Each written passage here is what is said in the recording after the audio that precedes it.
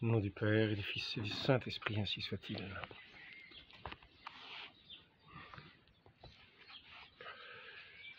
Donc, aujourd'hui, je voudrais dire un mot sur justement ce que quelqu'un me laissait dans un commentaire l'autre jour, sur la définition des mots, et sur finalement revenir à celui qui est la parole.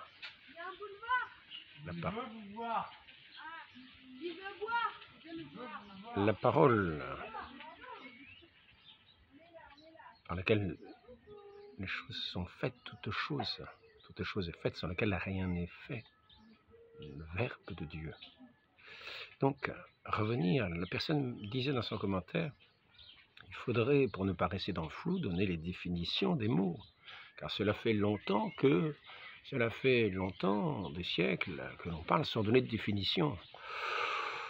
Pour ma part, je ne suis pas tout à fait convaincu que ce propos soit vraiment juste, car il y a des tas de docteurs, des tas de personnes éminentes qui ont disserté pour rapprocher le sens de certains mots, pour comprendre ce que ces mots contiennent, signifient, veulent dire véritablement. On peut prendre la définition simplement d'un dictionnaire pour avoir déjà un éclairage, et c'est souvent dans la racine du mot. Nous voyons, en regardant la racine du mot, souvent un petit peu son principe. Quelquefois, nous avons plusieurs sens qui ressortent d'une racine d'un mot. Il me semble que, par exemple, le mot séduire vient du latin seducere, qui veut dire détourner, si je me souviens bien. Veut dire détourner. Donc nous avons, quand nous voulons réfléchir sur le mot séduction, nous réfléchissons sur ce sens du mot détourner. C'est-à-dire quelque chose qui séduit, par exemple le regard, c'est quelque chose qui détourne le regard de ce qui sans doute lui est essentiel, afin de le faire, de le distraire de cette chose essentielle, dans une séduction qui paraît, qui a une apparence de quelque chose qui peut être essentiel. Donc une séduction comme une tromperie, c'est-à-dire un détour d'un regard. Ou bien alors quelquefois ça peut être amené sous un bon sens, c'est-à-dire qu'en fait le regard est attiré vers quelque chose qui est mauvais, qui irait à la perte de celui qui considère la chose, qui est justement attiré par cette chose, et par une séduction, on est détourné de cette mauvaise chose pour être peut-être ramené sur un bon sentier, comme quoi nous avons par ce mot de séduction, par ce mot de détourner, qui est un petit peu l'équivalent de détourner, eh bien, nous pouvons amener une certaine réflexion maintenant, pour revenir au sens des mots, à leur définition. Il est très difficile, en fait, très difficile. On dit un mot et on veut le définir. En fait, est-ce un mot qu'il faut définir? Ou est-ce que nous utilisons un mot pour exprimer quelque chose qui a une existence, que nous recouvrons de ce mot-là? En fait, si nous prenons plutôt le sens du mot, pour trouver le sens du mot, si nous voulons trouver le sens d'un mot, il faut savoir si en fait ce sens est juste dans le langage ou s'il est dans l'élément réel que nous regardons. Par exemple, si je veux parler de ce qui est ici, je pourrais dire que c'est le couvercle d'une boîte en carton. Alors donc j'exprime ce que c'est que cette chose que je présente à l'écran, et je le montre comme étant un couvercle qui va sur un autre objet, mais qui est d'ailleurs sous la tablette, donc vous ne verrez pas, que je peux poser sur la tablette afin de la protéger. Mais nous pourrions voir qu'il y a ici plusieurs mots, dont l'un est carton, l'autre est couvercle. Et il faudrait définir le sens de chacun pour exprimer quelque chose qui s'approche de ce que je vous présente sur cet écran. En fait, c'est un couvercle, effectivement. Il est fait pour être un couvercle. Nous avions une boîte avec ce qui servait à contenir l'objet et ce qui s'appelle un couvercle.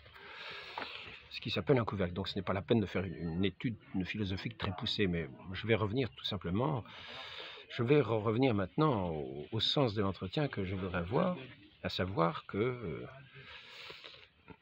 nous avons des quantités de personnes éminentes qui ont parlé sur toutes sortes de sujets pour approcher les objets de la réflexion le plus près possible, Et quelquefois, des tas de livres ont été écrits sur justement ce que nous voulons aborder. La personne en question me mettait 2 mots, par exemple. Elle me mettait le mot « amour », il serait bien de définir, et le mot « conscience ».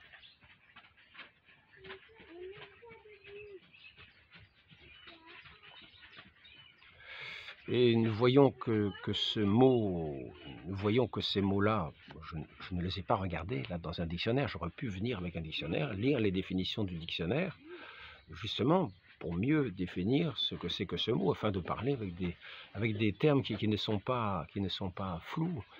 Mais quelqu'un qui arrive, je fais peur qu'il faut aux enfants. Donc la petite a fait demi-tour. Alors, si nous voulons considérer le sens des mots, on peut prendre ces 2 exemples-là. Le mot justement amour. Que veut dire le mot amour? Que mettons sous ce mot amour? Sous ce mot conscience? Et nous verrons que d'ailleurs c'est intéressant de voir un petit peu conjointement ces 2 mots, amour et conscience. Car il est vrai que nous pouvons utiliser le mot amour sans savoir vraiment ce que nous voulons dire par le mot amour. Le mot amour est utilisé comme assez souvent dans des façons très variées, de façon assez vague. Et le contenu que ce mot recouvre, nous pouvons justement lui donner, lorsque nous voulons exprimer différents contenus. Nous verrons que ce mot amour n'aura pas du tout le même sens. Suivant la personne qui l'utilise. Et puis, suivant la personne qui l'utilise, de plus, savoir aussi, il y aura des termes qui pourront préciser l'utilisation de ce mot et nous amener une considération totalement différente du sens que nous voulons donner au mot amour. Mais ce que je voudrais dire, c'est que souvent, la définition que nous voulons plaquer sur un mot est une définition qui correspond justement à la conscience que nous avons de ce mot-là. Ainsi, il se peut que nous croyions utiliser un mot à bon escient, parce que nous avons, à notre conscience, il résonne de telle manière que nous allons l'utiliser, dans telle circonstance. Et ce que nous voudrons dire n'éclairera pas la personne exactement sur le sens que nous voulons lui donner. Je ne sais pas si je me fais bien comprendre. Il ne s'agit pas de s'égarer dans des subtilités qui n'ont aucun sens.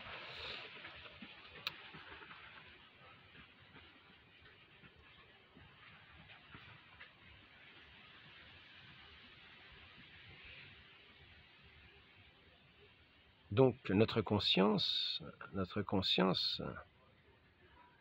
est d'une certaine manière l'application de notre esprit à la connaissance de certaines réalités qui lui parviennent. On peut dire que la conscience se rapproche d'une certaine manière assez de ce mot que nous avons de connaissance. connaissance et conscience. C'est-à-dire une impression, on peut avoir une impression d'une réalité, mais une impression d'une réalité, mais que nous ne percevons pas clairement, à laquelle nous ne prêtons justement pas attention. Et qui nous donne un sentiment, comme ça, on peut avoir un sentiment de bonheur, un sentiment de joie, un sentiment de paix, pour une chose que nous n'avons même pas regardée. Mais c'est cette chose-là qui nous met comme ça en joie, qui nous met. Et si nous voulons bien nous donner la peine et réfléchir sur ce que nous percevons et qui nous met en joie, à ce moment-là, nous découvrons qu'il y a justement un objet qui va nous mettre, qui va nous mettre dans cet état où nous sommes. Donc, et cet état, on peut dire que c'est un état duquel nous ne sommes pas vraiment conscients, mais justement, en réfléchissant sur cet objet qui nous met dans cet état, nous allons entrer dans la connaissance de ce qui nous touche, de ce qui nous parle, de ce qui nous met dans de telles dispositions d'esprit, et nous allons prendre conscience de quelque chose qui ne nous apparaissait pas au premier abord. Nous allons prendre connaissance d'un objet auquel nous n'avions pas fait attention et qui nous mettait dans une telle disposition intérieure, ou de paix, ou de joie, ou de douleur, ou de toutes sortes de choses. Nous allons prendre conscience de cet objet, de ce qui n'était pas déterminé à notre esprit. Nous allons fixer notre attention, nous allons réfléchir sur cet objet qui nous amène ces impressions. Nous allons entrer dans la connaissance de cet objet. Et à ce moment-là, nous serons conscients de ce qui nous amène un tel sentiment, ou une telle douleur. Par exemple, on a un scorpion qui est en train de nous piquer, on a une douleur incroyable, on ressent une douleur, on n'a pas conscience qu'il y a un scorpion. On regarde la main, hop, alors là, on a la connaissance, que c'est un scorpion qui est en train de nous piquer. On a aussi la connaissance qu'il faut vite apporter un remède, parce que sinon, nous sommes en danger. Parce que nous savons ce que c'est qu'un scorpion, mais nous ne savions pas ce qui nous provoquait ça. Et donc nous allons poser le mot scorpion, et nous aurons en plus, ce sentiment de douleur qui correspond à la morsure du scorpion. Donc nous saurons encore mieux que d'autres parler de ce que c'est que le scorpion et de sa morsure. Parce que nous l'éprouverons dans notre chair. Ce ne sera pas simplement une définition comme ça, on dira oui, le scorpion. Non, là nous l'aurons sur nous, et nous verrons véritablement que le scorpion ce qu'un scorpion peut représenter dans la vie de quelqu'un au moment où cette personne est mordue. Et donc, nous regarderons ce scorpion, nous verrons comment l'attraper, comment nous en débarrasser. Tout ça, ça va participer à la connaissance, à la prise de conscience de ce que c'est que le scorpion, prise de connaissance du problème qui va avec, de la difficulté que nous avons de l'appréhender, de l'attraper. Comment allons-nous l'attraper? Vite, un coup, le plus rapidement possible, j'imagine. Et là, peut-être nous ne réfléchirons pas une heure, ce sera un réflexe. Dès que nous le verrons, nous agirons avec une rapidité qui pourra nous surprendre, parce que nous sommes capables de réactions que nous ne connaissons pas non plus. Nous ne connaissons pas non plus les réactions dont nous sommes capables. Il y a des réactions dont nous sommes capables, mais que nous découvrons au moment où nous réagissons, justement.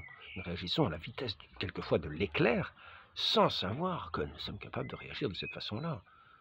C'est ainsi que, par exemple, certains ont des vocations qu'ils découvrent comme cela petit à petit, parce qu'ils ont des capacités qui les amènent à agir dans le sens des capacités qu'ils découvrent en eux.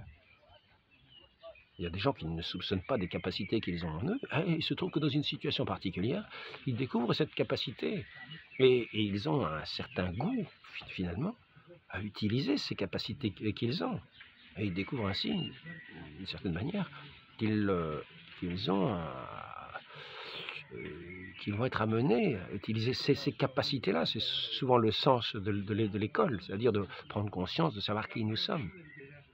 Quelle est notre vocation, qui nous sommes, de façon à ce que dans cette œuvre de l'ensemble de cette création, nous puissions avoir notre place.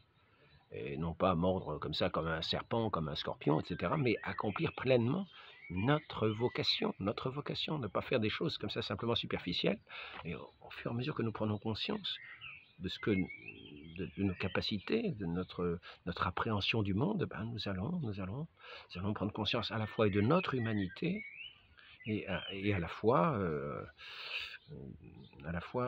de ce qu'entraînent toutes ces capacités que nous découvrons, tout ce, tout ce qui va aller avec ces capacités que nous avons. C'est-à-dire, ces capacités ne sont pas simplement, quelquefois, on peut croire que c'est simplement des capacités physiques, des capacités simplement intellectuelles, savoir calculer à toute allure des listes de chiffres incroyables, ou savoir faire ceci. Non, mais quelquefois, justement, cette capacité approfondie en nous, creuse en nous, jusque dans une dimension du cœur, de tout notre être, une dimension que nous découvrons aussi dans notre humanité. Dans notre humanité, cette capacité d'amour que nous ne soupçonnons pas, et qui va petit à petit se révéler à nous, qui va nous amener dans un état de bonheur. Et nous allons aussi, peut-être à ce moment-là, nous étions dans un état de non-conscience de ces réalités-là qui étaient en nous comme endormies, comme un talent que nous n'utilisions pas, parce que nous ne savions pas qu'il y avait ce talent-là, nous ne soupçonnions pas cela, nous ne soupçonnions pas. Il va falloir quelquefois qu'il y ait quelqu'un qui vienne nous éveiller, nous rendre attentifs, nous détourner, d'une certaine manière, de nous séduire, de nous détourner de notre torpeur et de nous amener à nous éveiller à un sens de notre humanité que nous n'avions pas, que nous étions loin d'avoir. C'est ainsi que, par exemple, notre Seigneur Jésus-Christ, qui nous dit qu'il est le chemin, va souvent, en se révélant aux uns et aux autres, à révéler ce chemin et inviter à suivre ce chemin qui n'était pas soupçonné, que nous ne soupçonnions pas. Et nous allons voir que dans ce chemin que le Christ invite à suivre, je prends l'exemple de notre Seigneur Jésus-Christ, qui est la plénitude, qui est la révélation, non seulement de Dieu, mais aussi de notre humanité dans sa plénitude. Ce chemin que le Christ nous invite à suivre va nous amener justement à la plénitude de capacité à utiliser tous nos talents enfouis, dont nous n'avions pas conscience, et que pourtant Dieu a placés en nous. Tous ces talents qui ne sont pas simplement des talents matériels, mais cette capacité à aimer que nous avons peut-être méprisée. Et puis, tel un enchanteur, cela peut être par l'exemple d'une personne pieuse, d'une personne chrétienne, dont la vie va nous émerveiller, dont la vie va nous édifier, dont la vie va attirer en nous une admiration, et va réveiller en nous le désir de suivre ce chemin que le Christ est venu nous montrer qu'il est lui-même dans son incarnation, lui qui a pris notre humanité pour nous sortir de cette torpeur, pour effacer ce péché, nous sortir de cette torpeur, nous donner son esprit, afin que nous puissions vivre pleinement de cette grâce, de cette amitié de Dieu, découvrir pleinement ce que c'est que le mot amour. Car souvent nous mettons, pour revenir aux définitions, le mot amour sera un mot bien plat.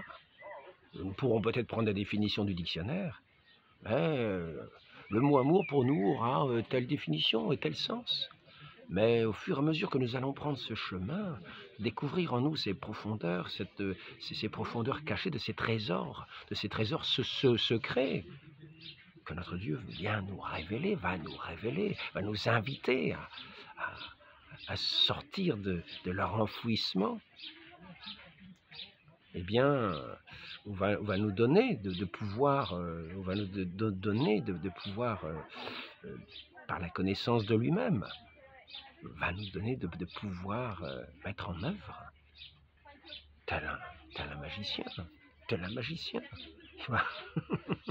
non pas d'une baguette magique, Mais, par sa parole, notre Dieu va révéler en nous, va nous toucher, va nous toucher, va parler à notre âme, va parler à notre âme. Et si nous l'écoutons, il va nous toucher au plus profond de notre âme et nous lui répondrons. Et lorsque nous lui répondrons, nous allons entrer dans son chemin, justement, dans ce chemin de plénitude de toutes choses. Et ainsi les mots vont trouver leur sens véritable. Ces mots que nous utilisons avec tant de banalité si souvent vont trouver leur sens véritable. Nous allons avoir l'intelligence des mots, l'intelligence des mots. Au fur et à mesure que nous allons mettre en œuvre tous les talents que nous avons en nous, que nous allons en prendre conscience, nous allons avoir en nous cette intelligence des mots, cette intelligence que ces mots recèlent en eux, cette richesse que ces mots que nous utilisons sans même en connaître le sens, que ces mots recèlent véritablement en eux. Et c'est un petit peu ici le sens de la sagesse, c'est-à-dire la compréhension des mots que nous utilisons. Le mot amour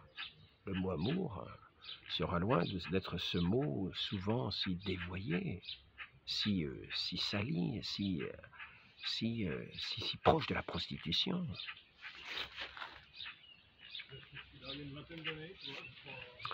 Si proche de la prostitution. Quelquefois nous confondons le mot amour avec le mot prostitution.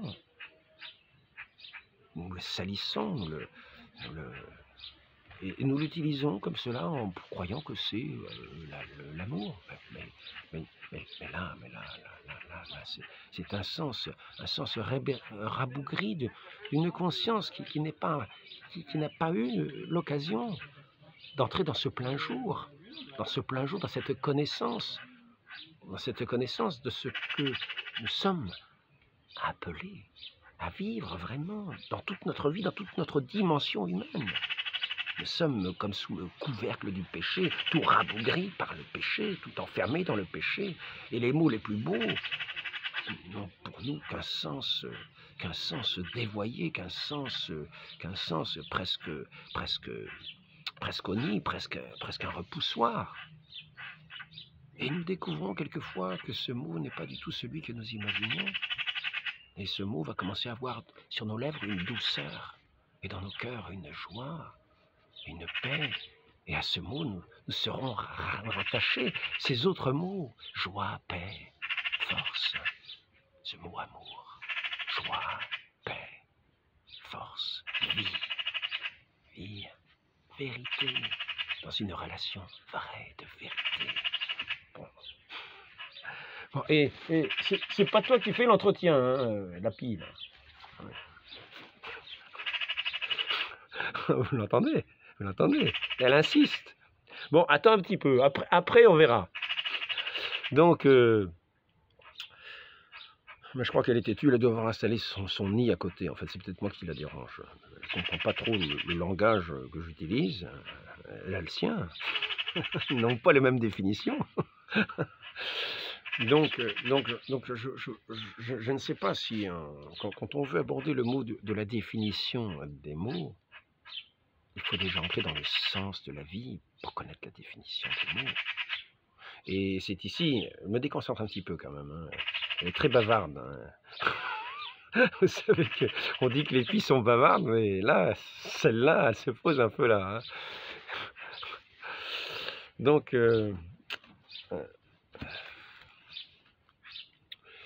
nous allons voir que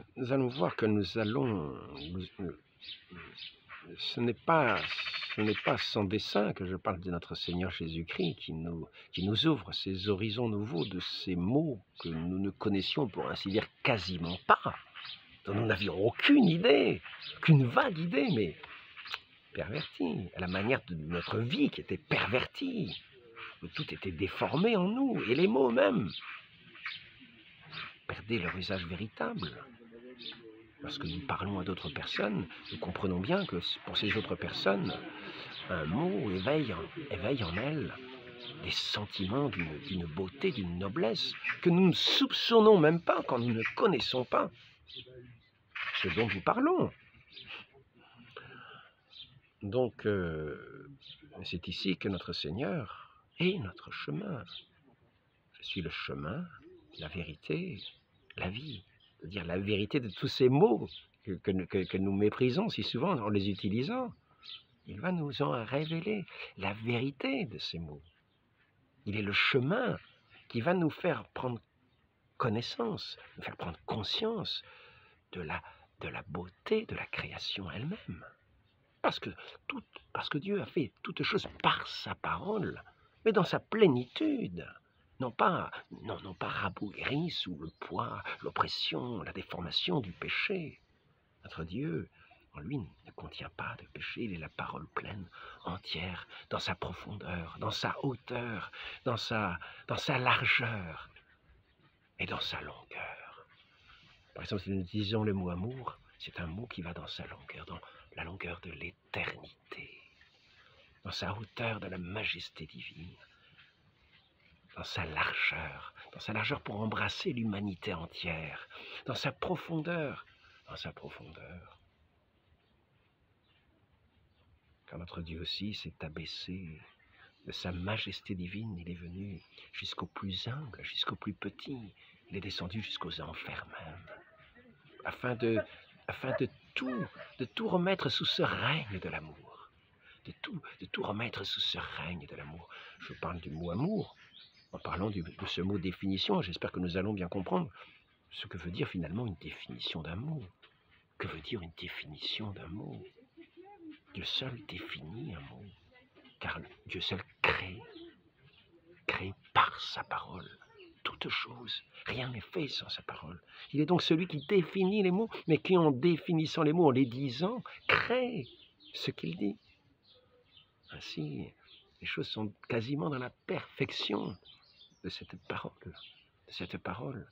Et lorsque nous étions à l'écoute de notre Dieu, nous étions aussi dans la connaissance de ce qu'il nous disait, entièrement, pleinement. Nous n'avions pas besoin de dictionnaire, car notre intelligence était faite pour comprendre ce qui était dit. Mais maintenant que nous sommes passés dans l'ombre du péché, nous sommes passés dans l'ère de l'ignorance. Nous avons besoin d'un dictionnaire pour comprendre un vocabulaire élémentaire de cette création pour laquelle nous participons, que Dieu a faite et dont il nous a établis comme les jardiniers, comme ceux qui vont coopérer à son œuvre. Coopérer à son œuvre, comme je le disais l'autre jour, dans de justes rapports. Des rapports raisonnables, mais de compréhension, de connaissance, de conscience. Mais nous voyons ici que la conscience est bien en deçà de la connaissance véritable. Souvent, notre conscience est limitée par notre péché. Et nous aurons pleinement connaissance de notre Dieu lorsque nous le verrons dans sa gloire et nous en aurons pleinement connaissance. Disons que notre connaissance sera pleine et comblée. Notre capacité sera pleine et comblée. Et nous n'aurons pas percé le mystère infini de Dieu. Nous serons dans ce jour où tous les mots seront insuffisants à le nommer. Et nous le verrons dans sa gloire, dans cette exaltation, dans cette élévation, nous qui avons été abaissés ici-bas dans cette vie d'humilité. Il va nous élever jusqu'à cette contemplation divine. Et là, dans sa majesté, dans sa largeur, dans son infinie étendue. Et ce mot d'amour sera quasiment le seul mot qui existera, mais parce que Dieu est amour. Et toute connaissance que nous avons peut se résumer dans cet amour sur lequel nous sommes toujours en chemin d'amour. C'est pour cela que le péché nous met dans cette ignorance totale, dans laquelle de ce chemin qui nous est donné de prendre pour entrer toujours plus dans sa connaissance. Et le péché fait que nous sommes par rapport à ce dont je viens de parler, des étrangers qui utilisons des mots sans vraiment les connaître, dans une banalité quotidienne, dans un mécanisme qui ne rejoint pas ce qu'il y a de la dignité de l'homme, de la dignité de Dieu, de la grandeur de notre Dieu, de la grandeur de l'amour, de sa beauté. Ainsi, nous verrons que ce mot amour contient des quantités d'autres mots. Le mot justice est compris dans le mot amour. Et c'est pour cela que notre Dieu est infiniment juste. Il voit toutes choses, il connaît toutes choses dans notre condition humaine. Nous avons, nous, conscience, on peut dire, nous avons conscience, c'est-à-dire nous avons connaissance, mais nous avons aussi une conscience, c'est-à-dire ce lieu de la connaissance où nous prenons les décisions selon la connaissance que nous avons.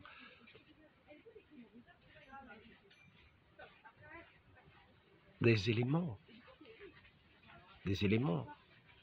qui vont nous permettre d'agir de telle ou telle manière.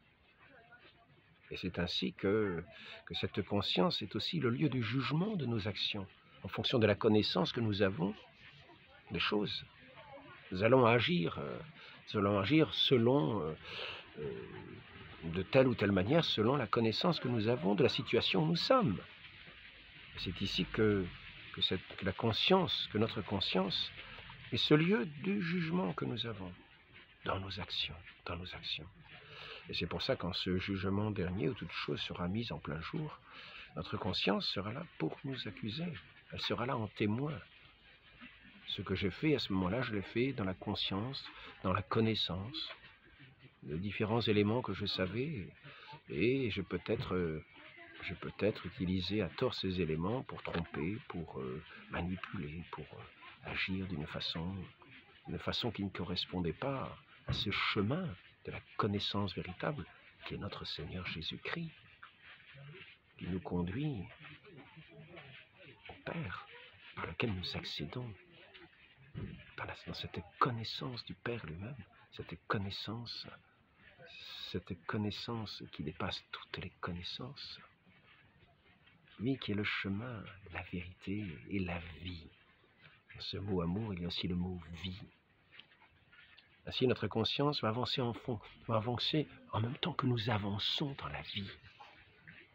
Et certains actes vont obscurcir notre conscience, parce que nous ne suivrons pas ce chemin de lumière, mais nous suivrons au contraire un chemin qui rejette la lumière, et qui va faire que ces mots vont perdre leur sens, parce que nous n'entrons pas dans la plénitude de ce pourquoi nous sommes faits. Nous allons être détournés, séduits, détournés de cette route par d'autres attraits qui vont nous établir à faire du monde une idole. Car ce qui nous détourne de la plénitude à laquelle nous sommes appelés, de la plénitude de cette contemplation, de cette adoration à laquelle nous sommes appelés, c'est-à-dire de cette reconnaissance, cette connaissance et de cette reconnaissance, cette adoration. C'est lui qui maintient toutes choses en ses mains. C'est l'idolâtrie du monde. Il nous détourne de cette voie de la sagesse, de cette voie de la vérité, cette voie de la vie.